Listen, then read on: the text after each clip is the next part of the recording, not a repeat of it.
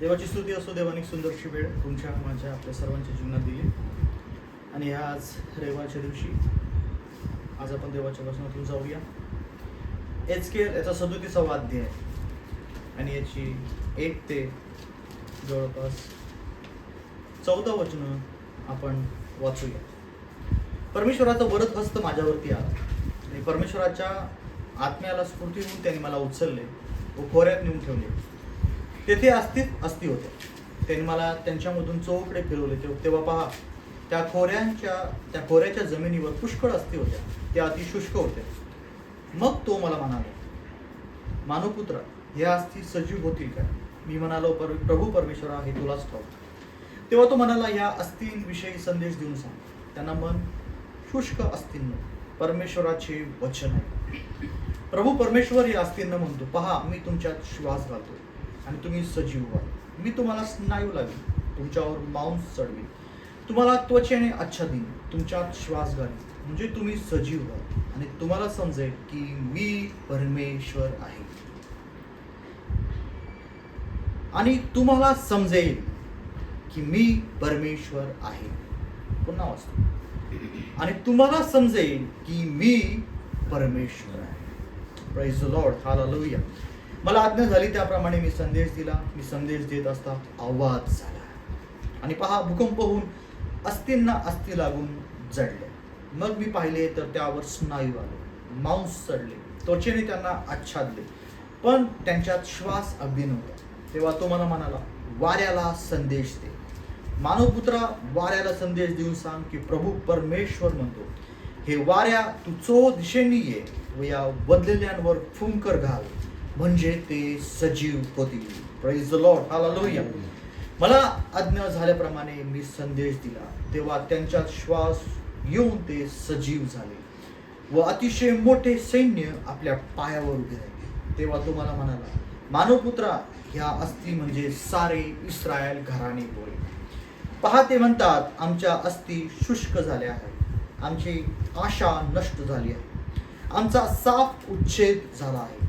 म्हणून संदेश देऊन त्यांना सांग, प्रभू परमेश्वर म्हणतो, माझ्या लोकांनो, पहा, मी तुमच्या कबरा उघडीन, तुम्हाला आपल्या कबरातून बाहेर काढून इस्रायल देशात आणेन. माझ्या लोकांनो, मी तुमच्या कबरा उघडून तुम्हाला बाहेर काढीन. तेव्हा तुम्हाला समजेल की मी परमेश्वर आहे आणि मी तुमच्या ठाई माझा आत्मा घालीन, तुम्ही सजीव व्हाल आणि मी तुम्हाला तुमच्या देशात वसवीन. तेव्हा मी परमेश्वर हे बोललो व मी तसे केले, हे तुम्हाला समजेल, असे परमेश्वर म्हणतो. Praise the Lord, hallelujah. हे आपण हे वचन पुन्हा वाचूया. एचकेल 37 आणि याचं 6वं वचन, म्हणजे तुम्ही सजीव व्हाल आणि तुम्हाला समजेल की मी परमेश्वर आहे. Praise the Lord. आजच्या संदेशामध्ये आपल्याला सगळ्यात महत्त्वाचं हेच जाणून घेणं गरजेचं आहे. आणि ते म्हणजे की ज्यावेळेस आपण जगामध्ये जातो, जगातली दुःख संकट ना आपण फेस करतो, सामोरे जातो, आणि आपण फार दुःखातून संकटातून जात असताना आपला दैहिक स्वभाव आपल्याला सांगतो की कुठे देव, देव का तुला मदत करत नाहीये, देव का तुझी प्रगती करत नाहीये, ज्या गोष्टींसाठी तू प्रार्थना केली त्या प्रार्थनेचं उत्तर का मिळत नाहीये, जी कामं तू हाती घेतोय ती सिद्धीस का जात नाहीये, तुझ्या सर्व गोष्टींमध्ये देव कुठे आहे. प्रियानो, ज्यावेळेस मनुष्यावरती बायबल सांगतं, ज्यावेळेस धार्मिकावरती फार जुलूम होता त्यावेळेस तो वेडा बनतो, तो दुष्ट बनत नाही. तो काय बनतो? वेडा बनतो.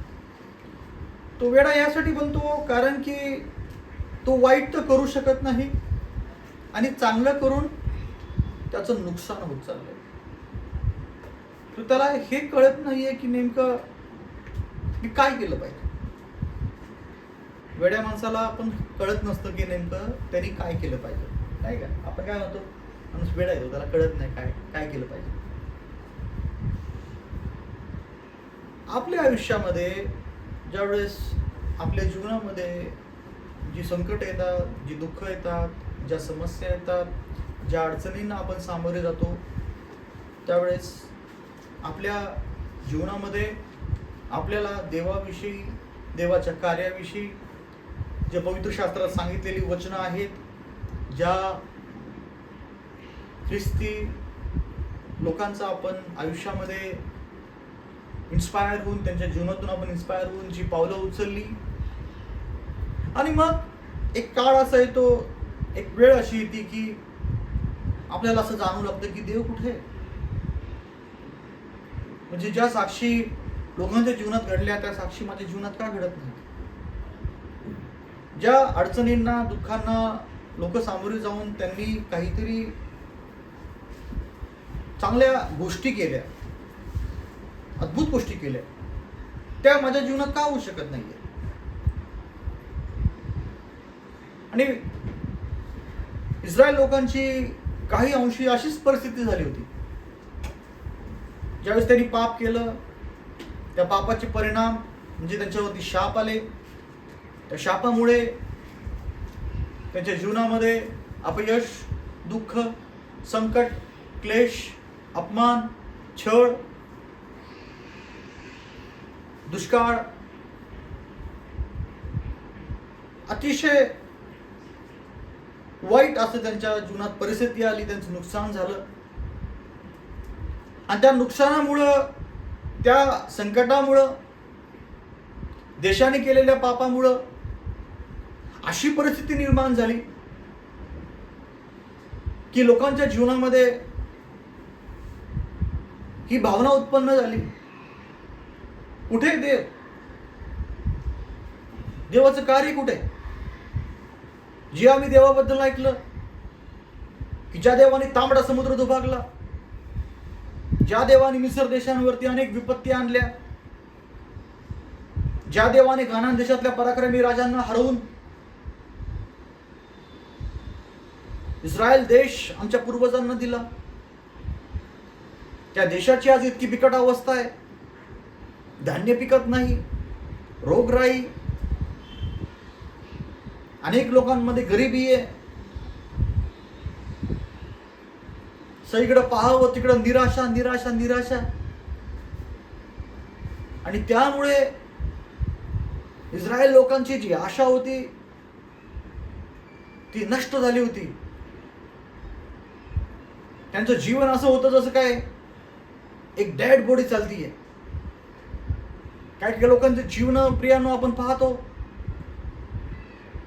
हे अशा प्रकारेच आहेत. म्हणजे जीवनात काही आशा नाही, ते हसत नाहीत, बोलत नाहीत.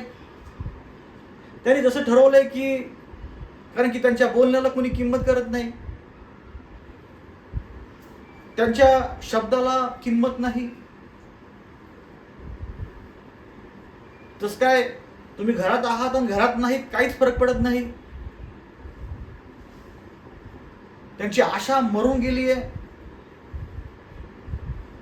त्यांच्या जीवनात एक निराशा उघडपणे दिसून येते. ते आजारी पडले असता कोणी चौकशी करत नाही, ते दुःखी असता कोणी सांत्वन करत नाही, ते संकटात असताना कोणी मदत करत नाही, ते चुकले असता कोणी दोष दाखवत नाही. अशा व्यक्तीबद्दल कोणी चौकशी करत नाही. आणि असा व्यक्ती एका मेलेल्या व्यक्तीसारखाच आहे. की जसं एखादा व्यक्ती मरण पावल्यानंतर त्याची लोक 4-5 दिवस, 1 महिना आठवण काढतात, नंतर 40वा केलं की विसरून जातात.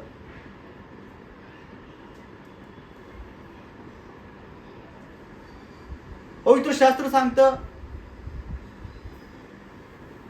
देव म्हणतो हेच केल्याला, देवाच्या सेवकाला म्हणतो, त्याला एका खोऱ्यात घेऊन जातो, म्हणतो इथं सगळ्या काही त्यांनी पाहिले तर नुसत्या अस्थिंचे खोरे होते. कवटी इकडे पडली आहे, हाताचं हाड इकडे पडलंय, पायाचं हाड इकडे पडलंय. आणि देव विचारतो हेच केल्याला. मानवपुत्र मला सांग,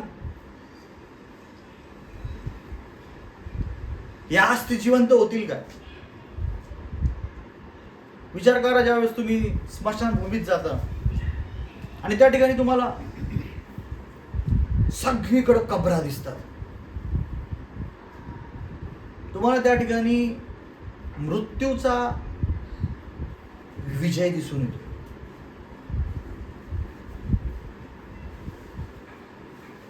मृत्यू त्या ठिकाणी चोहोकडे आनंदाने मिरवताना दिसतो. एक प्रकारची निराशा जाणवते. जसे एखादा तरुण व्यक्ती मरतो, जसे तरुण मुलगी मरते, ज्याचं जो व्यक्ती वृद्ध होऊन मरण पावला पाहिजे तो व्यक्ती त्याच्या वेळेआधी जातो. आणि ज्यावेळेस तुम्ही ती परिस्थिती पाहता त्यावेळेस तुम्हाला एक गोष्ट कळून येते, निराशा निराशा निराशा. तुम्ही कधी फेडरल सर्व्हिसला गेले असता, तुम्हाला तिथं कळून येईल, तिथं कुणी हसत नसतं. सर्वांच्या चेहऱ्यावरती एक शांतता असते, कारण की त्यांना एक गोष्ट माहिती असते, आज एक व्यक्ती पडला आहे. एका व्यक्तीची जीवन यात्रा वेळेआधीच संपलेली आहे आणि त्याला इथं उपस्थित कुणीही व्यक्ती वाचवू शकला नाही, प्रार्थनेने मध्यस्थी करू शकला नाही. आणि हे एक मोठं अपयश आहे. आणि ते अपयश तिथल्या प्रत्येकाच्या चेहऱ्यातून दिसून येते. आणि प्रत्येक जण हा विचार करतोय की नेमकं आम्ही चुकलोय कुठं. ज्यावेळेस एहेजकेलला ते अस्थींचं खोरं दाखवलं देवाने आणि देव त्याला विचारतो, हे अस्थी जिवंत होतील काय? जर तुम्ही त्या ठिकाणी असता तुम्ही काय उत्तर दिलं असतं? देव रोज तुम्हाला हाच प्रश्न विचारतो आणि तुम्ही काय उत्तर देता? देव तुमच्या समोर समस्या आणतो आणि तुम्हाला सांगतो काय होईल, आणि तुम्ही काय उत्तर देता? ज्या व्यक्तीची आशा नष्ट झाली आहे, ज्या व्यक्तीने देवावरती भरोसा करण्याचं सोडून दिलेलं आहे, ज्या व्यक्तीला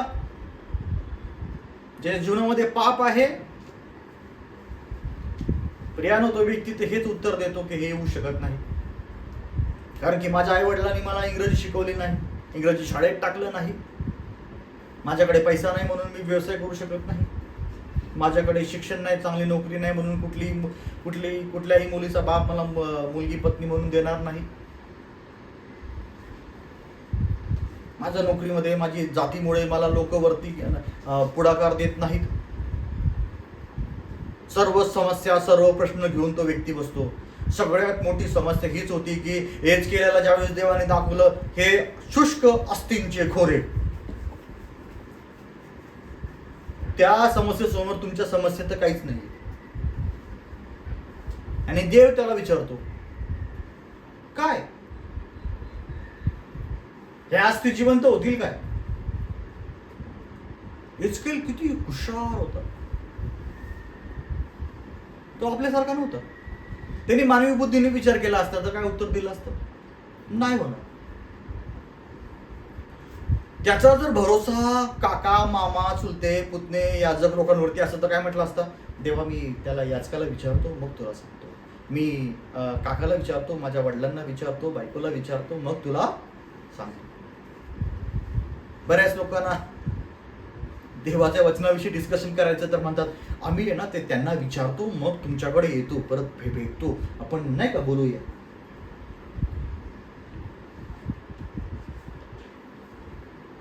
येथे तेथे आज उद्या आहे, हेच असे काय गेले, असतच हेच करत गेले आणि वर्ष निघून गेले. सुगी सरली हंगाम आटोपला, पण माझ्या लोकांचे तारणच झालं.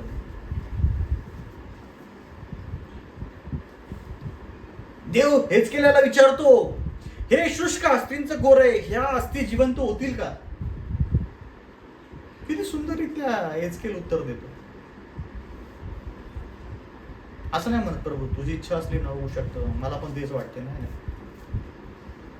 तो म्हणतो प्रभू तुलाच ठाऊक. हा काय म्हणतो तो? किती सुंदर त्याचं ते उत्तर होतं. पूर्णपणे देवावरती अवलंबून राहणारा व्यक्ती हा मनुष्याकडून व्हॅलिडेशन शोधत नाही. मी हे करू का, ते करू का, असं करू का म्हणून चार लोकांना विचारत नाही. ज्या गोष्टी देव तुम्हाला सुचवतो, ज्या परिस्थितीत देव तुम्हाला उभं करतो, ज्या ठिकाणी देव तुम्हाला घेऊन जातो, त्या ठिकाणी देव तुम्हाला जे काही दाखवतो आणि विचारतो हे काय करायचं, त्यावेळेस तुम्ही केवळ आणि केवळ देवाकडून व्हॅलिडेशन, देवाकडून कन्फर्मेशन, देवाकडून अप्रुव्हल, देवाकडून परमिशन घेतली पाहिजे. देवावरती ठरवलं पाहिजे की प्रभू तुझं काय म्हणणं पडतं, तुला ठाऊक आहे, तू ठरव. तू मला इथपर्यंत आणलंय ना, तू इथून पुढेही मला घेऊन जाशील. Praise the Lord. जो देव तुम्हाला शुष्क अस्थिंच्या खोऱ्यात उभं करू शकतो, तो देव तुम्हाला तिथूनही घेऊन जाणार आहे. Praise the Lord. जर देवाने तुम्हाला ज्या कंपनीत, ज्या ट्रेनिंग सेंटरमध्ये, ज्या ठिकाणी कामाच्या क्षेत्रात उतरवलं आहे, त्या ठिकाणी देव तुमच्या आजूबाजूची परिस्थिती बदलू शकतो. हालेलुया. ज्या ठिकाणी तुम्हाला वाटतं की ह्या लोकांमध्ये बदल होऊ शकत नाहीत, हे लोक आयुष्यभर असेच राहणार, यांच्या परिस्थितीत काही फरक पडणार नाही, परंतु एक लक्षात ठेवा, जर देवाने तुम्हाला त्या ठिकाणी घेऊन गेलेलं आहे, त्या अर्थी निश्चितच देव तुमच्याद्वारे त्या आजूबाजूच्या लोकांची परिस्थिती बदलण्यासाठी 100% सक्षम आहे. हालेलुया. तुम्ही जर 4 लोकांचं ऐकत बसले तर 4 लोक तुम्हाला हेच सांगणार, काय हे होऊ शकत नाही, यांच्यात फरक नाही पडणार, यांच्या परिस्थितीत फरक नाही पडणार, कारण की यांची जात अशी आहे, कारण की यांचं गाव असेल, कारण की यांचं राज्य असेल. मग जो व्यक्ती दैहिक बुद्धीने विचार करतो, प्रत्येक मनुष्य इन्क्लुडिंग मी, आपण सर्वजण दैहिक बुद्धीने विचार करतो. म्हणून तो देवाचं वचन सांगतं, आत्म्याच्या प्रेरणेने चाला, म्हणजे तुम्ही दैहिक वासना पूर्ण करणार नाही. कारण की दैहिक वासना म्हणते की सर्व मला हवंय, परंतु ज्यावेळेस तुम्ही आत्म्याच्या प्रेरणेने चालता, त्यावेळेस मात्र तुम्ही देवाचा विचार करता, देवाच्या राज्याचा विचार करता. Praise the Lord. Hallelujah. Hallelujah. Hallelujah. Hallelujah. Hallelujah. देवाने हेचकेल्याला विचारलं, ह्या अस्थी जिवंत होईल. तो असं नाही म्हटलं होईल. जर होईल म्हटलं असतं तर देव काय म्हटलं असतं, सांग बरं कसं. बरोबर आहे ना? काय म्हटलं असतं, सांग बरं कसं. परत हेचकेल म्हटलं असतं, हा ती पण नाही होऊ शकत. हेचकेल खूप हुशार. त्याला जसं प्रश्न विचारला ना, ह्या अस्थी जिवंत होतील का, तो म्हटलं प्रभू तुलाच ठाऊक. कारण की हा म्हणावं तर देव म्हणणार कसं, आणि नाही म्हणावं तर तो विषय तिथंच संपला, तो टॉपिक तिथंच संपलं. ते शुष्क अस्थिचं खोरस ते तसंच राहिलं असतं. देव म्हटलं असतं चल आता नेक्स्ट टाइम आपले व्हिजिट करू आपण, ठीक आहे म्हटलं असतं, आणि आपल्याला 37वा चॅप्टर पाहायलाच मिळाला नसता. पण हेचकेल किती हुशार आहे, तो म्हणतो प्रभू तुलाच ठाऊक. म्हणजे जर देव म्हटला होऊ शकतं तर सगळा प्लॅन देव सांगणार कसं करायचंय, आणि जर हा म्हटला नाही होऊ शकत, विषय तिथंच संपला. जर हा म्हटला होऊ शकतं तर मग देव म्हणणार तुझी योजना सांग का कसं होणार. बरोबर. तुमच्या आयुष्यात ज्या समस्या, ज्या अडचणी येतात, जी दुःख येतात, ज्या समस्या येतात, त्यांना सामोरे जाण्यासाठी देव तुम्हाला विचारतो, सोल्युशन देतो तुम्हाला. तुमच्या हृदयाशी बोलतो, तुमच्या अंतःकरणाशी बोलतो, तुमच्या कानात पुटपुटतो. आणि काय म्हणतो? तो तुम्हाला सोल्युशन देतो.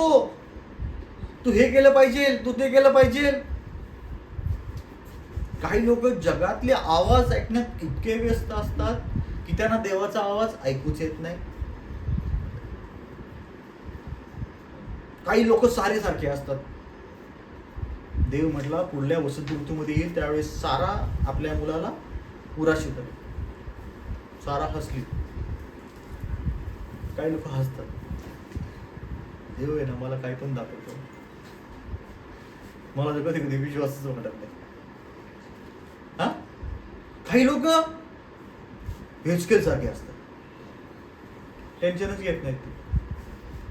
प्रभू तू प्रॉब्लेम दाखवला, तू समस्या दाखवली, जसं आपण प्रार्थना करतो देव आपल्याला दाखवतो बघ सगळीकडे चारे तुझ्या आजूबाजूला सगळा अंधकार आहे. लोक पापाच्या साखळदंडात बांधले गेलेले आहेत. ज्यावेळेस तुम्ही पाहता ती सगळी, तुम्ही काय करता? प्रभू आता मी जातो, सगळ्यांना सुवार्ता सांगतो. देव म्हणतो मग जा, बघ, ट्राय करू. काही लोक असतात, नाही प्रभू हे बदलू शकत नाही, लय हट्टी हृदयाचे. प्रभू म्हणतो अरे मीच रडगाणं घेऊन आलो तुझ्याकडं, सगळे हट्टी हृदयाचे. तू बी सुरू केलं का आता तुझं रडगाणं? ही हट्टी हृदयाची, लय डेंजर, सुधारणारे नाहीत.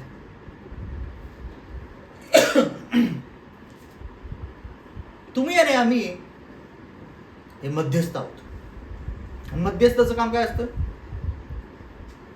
मध्यस्थाचं काम काय असतं? आग लावून द्यायचं.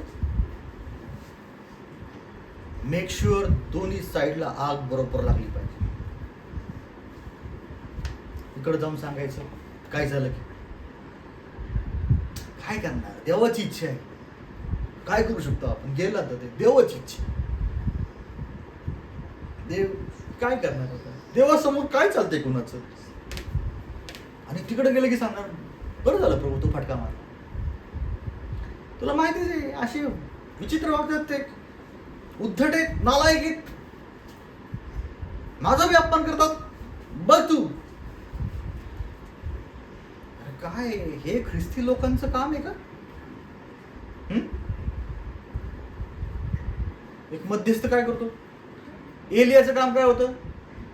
देव म्हणतो पहा मी शेवटच्या दिवसात एलियाच्या आत्म्याला काय करेल.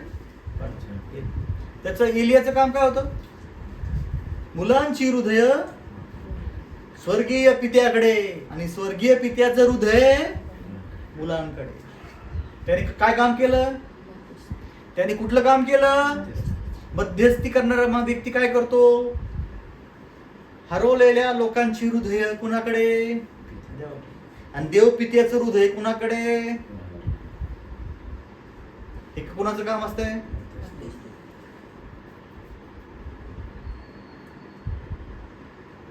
हिजकेल अतिशय हुशार होता.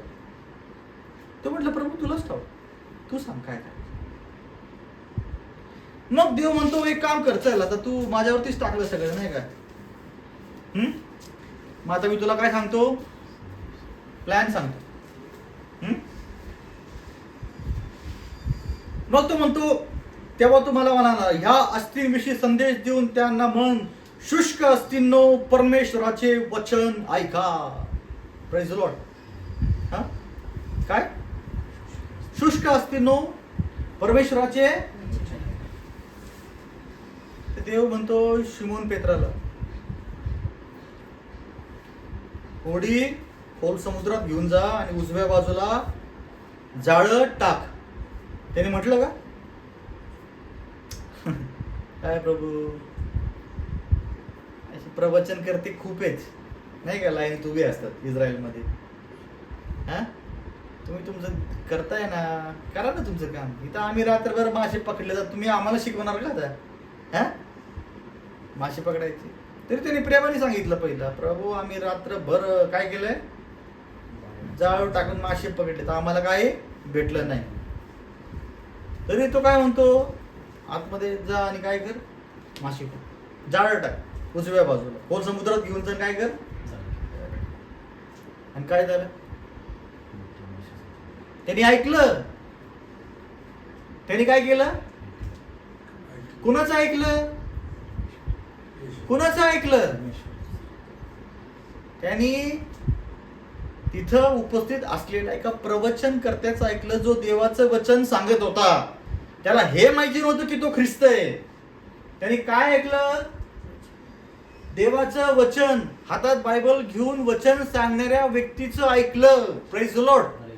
त्याला आपली बुद्धी, आपलं ज्ञान, आपलं कौशल्य दाखवलं नाही, त्याची थट्टा मस्करी केली नाही. त्याला म्हटलं नाही बाबा तू तुझ्या कामात लक्ष दे ना, तुला काय कशाला गरज पडली आमच्या याच्यात लक्ष द्यायची, असं म्हटलं का तो? नाही.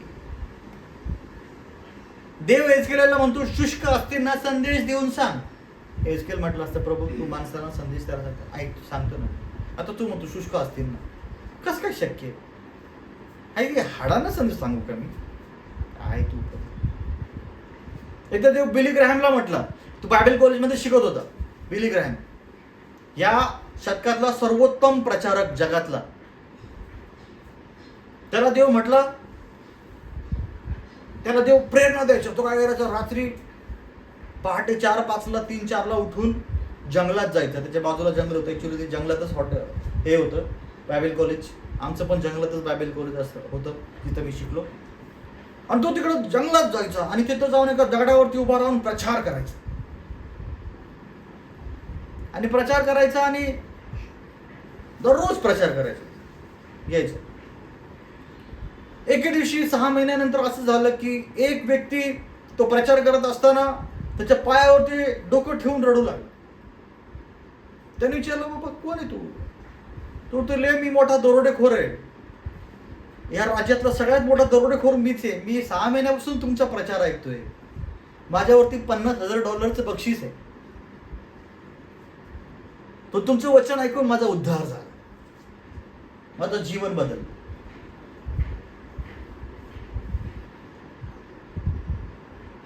आपल्या जीवनामध्ये सगळ्यात महत्वाचं देव आपल्याला काय सांगतो, आपण ते कशा रीतीने स्वीकारतो फार महत्वाचं आहे. देव आपल्याला काही सांगेल, हे कर ते कर ते कर. जो शहाणा व्यक्ती असतो ना, तो देवावरती विश्वास ठेवून करत राहतो. दुसरा व्यक्ती प्रश्न करतो, पण मी हे का केलं पाहिजे, याच्याने काय होणार आहे? संपलं. मी बऱ्याच लोकांमध्ये हा स्वभाव पाहिलाय. त्यांना काही काम सांगितलं ना, हे कर ते पहिले विचारतात, पण हे का केलं पाहिजे, याच्याने काय होणार आहे? नाही पहिले ते सांगा याच्याने काय होणार, मग मी करतो. असे लोकांना देव ज्या वेळेस काहीतरी सांगतो ना, ही लोक त्याच्यावरती ऑब्जेक्शन घेतात आणि त्याच्यामुळं त्यांची आयुष्यात प्रगती होत नाही. हेच केल्याने काहीही न विचार करता त्या शुष्क असतींना संदेश द्यायला सांगितला ना, दे ना, विषय मिटला. काय दिला त्यांनी संदेश? शुष्क असतींनो परमेश्वराचे वचन ऐका. प्रभू परमेश्वर ह्या असतींना म्हणतो, पहा मी तुमच्यात श्वास घालतो, म्हणजे तुम्ही काय व्हाल? सजीव व्हाल. Praise the Lord. मी तुम्हाला स्नायू लावीन, तुमच्यावर मांस चढवीन, तुम्हाला त्वचेने आच्छादीन, तुमच्यात श्वास घालीन, म्हणजे तुम्ही सजीव व्हाल आणि तुम्हाला समजेल की मी परमेश्वर आहे. हालेलुया. Praise the Lord. याचा अर्थ देव म्हणतो की ज्या काही तुमच्या समस्या, ज्या तुमच्या अडचणी, जे तुमचे शाप आहेत, ते सर्व मी दूर करेल. मी तुमच्या लेकरांना आशीर्वाद देईल, मी तुमची घरं उभारीन, मी त्या घरामध्ये तेल मिठाला पैसे अडक्याला बरकत देईल, मी तुमच्या व्यवसायाला आशीर्वाद देईल. तुम्ही घरात याल तेव्हा आशीर्वादित व्हाल, घरातून बाहेर जाल तेव्हा आशीर्वादित व्हाल. मी तुमच्या नगरांना आशीर्वाद देईल, मी तुमच्या नगरातल्या पाण्याला आशीर्वाद देईल, मी तुमचं नगर आशीर्वादित करून टाकेल. म्हणजेच काय की तो तुमच्या जीवनातले सर्व दुःख, अडचणी, कष्ट दूर करून तुम्हाला उत्तम ठिकाणी तो बसवणारा तुमचा देव परमेश्वर आहे.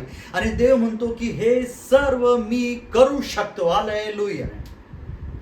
एजकेलाने संदेश दिला आणि जसं दिला संदेश, मला आज्ञा झाली त्याप्रमाणे मी संदेश दिला. मी संदेश देत असता आवाज झाला. Praise the Lord. आणि पहा, भूकंप होऊन अस्थिंना अस्थी लागून जडल्या. Praise the Lord. आणि मग मी पाहिले तर त्यावर स्नायू आले, मांस चढले, त्वचेने त्यांना आच्छादले. काय जबरदस्त आहे. आपण ज्यावेळेस कुठलाही व्यक्ती मरण पावतो तर लोक म्हणतात आपण त्याला पुनरुत्थानाच्या दिवशी परत पाहणार आहोत. आणि मी विचार करतो आता थोड्या दिवसात त्याची स्किन निघून जाईल, त्याचं मांस निघून जाईल आणि राहील फक्त हाडांचा सापळा. आणि ज्यावेळेस परत कबर खोदणार त्याच कबरेत त्याच्या मुलाला पुरणार, मुलाच्या मुलाला पुरणार आहे ना. आणि त्यावेळेस त्याची हाडं बाहेर काढणार, परत टाकणार. काय ते काय राहिले त्याचं स्टेटस, काय त्याचं आठवण काय राहिली, सगळं गेलं. परंतु मी तुम्हाला सांगतो, ज्यावेळेस पुनरुत्थान होणार त्यावेळेस देव अशा प्रकारेच त्याच्यावरती काय करणार, मांस चढवणार, त्याची हाडं एकत्र आणणार, त्याच्यावरती मांस चढवणार, त्याच्यावरती त्वचेचं आच्छादन करणार. Praise the Lord, hallelujah. नाही का, काय लोकांना ते जन्मडाग असतात नाही का, कारण कोणाची स्किन काळी असते, सगळे गोरेपान होणार. Praise the Lord, hallelujah. हा, कुणालाच फेअर अँड लवली किंवा हँडसम क्रीमची गरज पडणार नाही. Praise the Lord, hallelujah.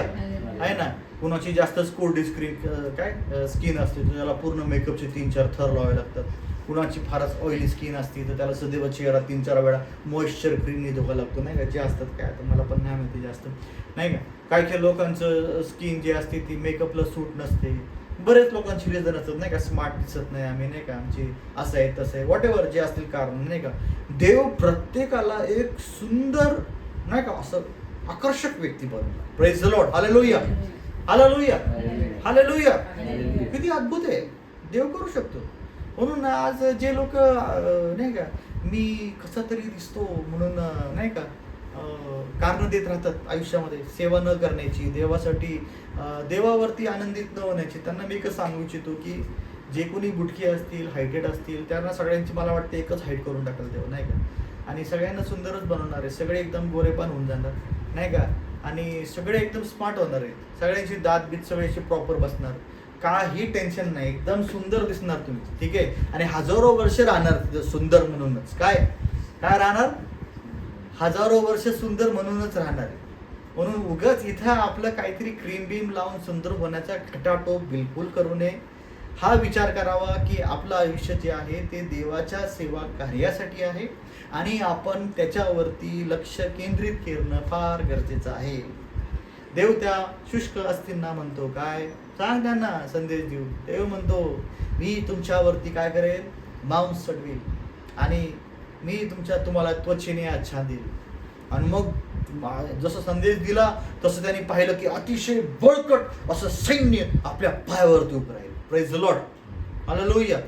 स्वर्गामध्ये तो योहान म्हणतो मग मी पाहिलं की असा एक समुदाय मला दिसला नाही का, विविध भाषांचा, हा, देवाची स्तुती गाताना, होसांना होसांना होसांना गीत गाताना, हा, तो तुम्हाला दिसला. Praise the Lord, hallelujah. अरे आपणच आहे ते लोक. Praise the Lord, hallelujah, praise the Lord, hallelujah. आता सगळ्यात महत्वाचं की देव काय म्हणतो, देव म्हणतो म्हणून संदेश देऊन त्यांना सांग. परमेश्वर म्हणतो माझ्या लोकांनो पहा मी तुमच्या कबरा उघडीन. कधी उघडणार आहे कबरा, कधी उघडणार आहे, पुनरुत्थानाच्या दिवशी. काय उघडणार आहेत, कबरा उघडणार आहेत आणि कबरा उघडून काढून इस्रायल देशात आणीन. कुठला देश, ते गीत गातो ना आपण, सियोन दे हमारा है देश रहते हैं हम परदेश. Praise the Lord. तर आज हा संदेश तुमच्यासाठी आणि माझ्यासाठी. कस काय,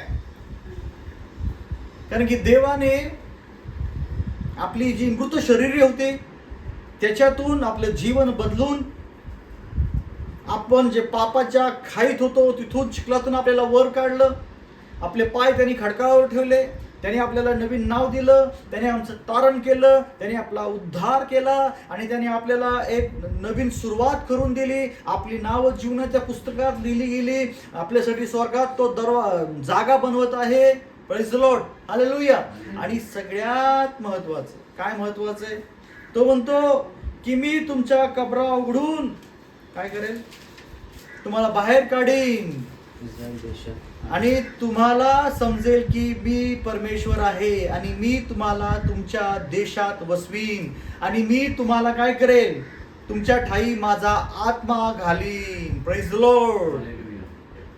बायबल सांगतं, जर तुम्ही पश्चाताप कराल आणि प्रभू येशूच्या नावात बाप्तिस्मा घ्याल तर तुमचं तारण होईल आणि तुम्हाला पवित्र आत्म्याचं दान मिळेल. म्हणजे काय, म्हणजे की पवित्र आत्मा तुमच्या जीवनात, तुमच्या हृदयात येईल. Praise the Lord, hallelujah. आणि बायबल सांगते की मी तुम्हाला तुमच्या देशात वसवीन. म्हणजे काय की त्या देशामध्ये, कुठला देश आहे, सियोन देश. म्हणजे कुठला देश, देवाचं राज्य. Praise the Lord. कुठलं राज्य, देवाचं राज्य.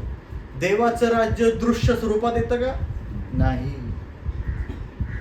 आज देवाचं राज्य, बायबल सांगतं तुम्ही देवाच्या राज्य यावे म्हणून प्रार्थना करा. आलं का देवाचं राज्य, आलं. आज संपूर्ण जगामध्ये कुणाचं राज्य आहे, देवाचं राज्य आणि अधिपतींचं पण राज्य आहे. हा, बरोबर आहे ना. आज देशामध्ये राजा कोण आहेत, इनडायरेक्टली राजा कोण आहे, नरेंद्र मोदींचं राज्य आहे. बरोबर. अमेरिकेत कोण राजा आहेत, डोनाल्ड ट्रम्प आहेत. हा, प्रत्येक देशामध्ये जे सरकार आहे म्हणजे राजेच झाले ते एक प्रकारे. कळलं का. त्यांनी ठरवलं ना तर ते काही करू शकतात, ते राजे. कळलं का.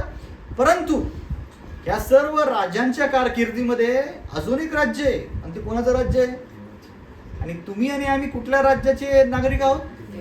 हा, हे फार महत्वाचं आहे. देव म्हणतो मी तुम्हाला तुमच्या देशात वसवीन. कुठला देश, कुठलं राज्य आहे ते, देवाचं राज्य. तर आपण कुठल्या राज्यात आहोत, देवाच्या. म्हणून उगाच भांडणं करत नाही बसायचं कोणासोबत. Praise the Lord, hallelujah. आपण भारताचेही नागरिक आहोत आणि आपण देवाच्या राज्याचेही भागीदार आहोत. कळलं का. देवाचं राज्य काय सांगतं, व्यवस्थेच्या अधीन राहा. Praise the Lord. व्यवस्था म्हणते रेड झोन मध्ये घर बांधू नका, तर बांधणार का आपण, नाही. व्यवस्था म्हणते नियमाचं पालन करणार का, होय, बरोबर ना. व्यवस्था म्हणते हे करू नका, तर करायचं का आपण ते, नाही. 4 लोक करतायत, आपण पण करायचं. असं करायचं का, कारण की आपण कुठल्या राज्याप्रमाणे चालत आहोत. हा, मग देवाची व्यवस्था काय सांगते आपल्याला, देशाची जी व्यवस्था आहे त्या व्यवस्थेच्या अधीन राहा. Praise the Lord. म्हणजे जी व्यवस्था देवाने आपल्याला लावून दिली, पोलीस असो, अधिकारी असो, त्या सगळ्यांचे आपल्याला काय राहायचंय, अधीन राहायचंय. Praise the Lord. जर तुम्ही अधीन नाही राहिले तर तुम्ही कुणाला विरोध करत आहात, हा, तुम्ही देवाला विरोध करत आहात. तुम्ही देवाच्या राज्याच्या वाढीसाठी काहीही करत नाही. म्हणून काय काय लोकांनी रेड झोन मध्ये चर्चेस बांधलेत, घरही बांधलीत, चर्चही बांधलेत. काय काय लोकांनी जिथं प्राधिकरणे तिथंही घरं बांधलीत, चर्च बांधलीत. काय काय लोकांनी बरंच काही कुटाने देशाच्या व्यवस्थेच्या विरुद्ध कुटाने करून सरकारची जमिनीवरती चर्च बांधले. जमीन कोणाची आहे, तिथं चर्च बांधले आणि वरून क्लेम करतात काय, इथं देवाचा आत्मा आलाय. देवाचा आत्मा येत नाही तिथं. आणि देव असं प्रत्येक चर्च जे अनधिकृतपणे बांधलेलं आहे, देशाच्या व्यवस्थेच्या विरुद्ध जाऊन केलेलं आहे, ते सर्व देव पाडतात. आणि त्यात आम्हाला आनंद नाही, पण देवाला आनंद आहे. Praise the Lord. कारण की देव जो आहे त्याला शॉर्टकट घेऊन चालत नाही. कळलं का. तुम्ही गुडघे टेका, प्रार्थना करा, देव तुम्हाला सहाय्य करेल देव तुम्हाला कबरातून बाहेर काढेल, देव तुमची देशात तुम्हाला वसवेल, देव तुम्हाला आशीर्वाद देईल, देव तुमची भरभराट करल, देव तुमचं सर्व काय करू शकतो. उगाच देव करत नाही म्हणून शॉर्टकट घेऊन काहीतरी चुकीच्या गोष्टी करून स्वतःला अजून साखळ दांडात बांधून घेऊ नका. Praise the Lord.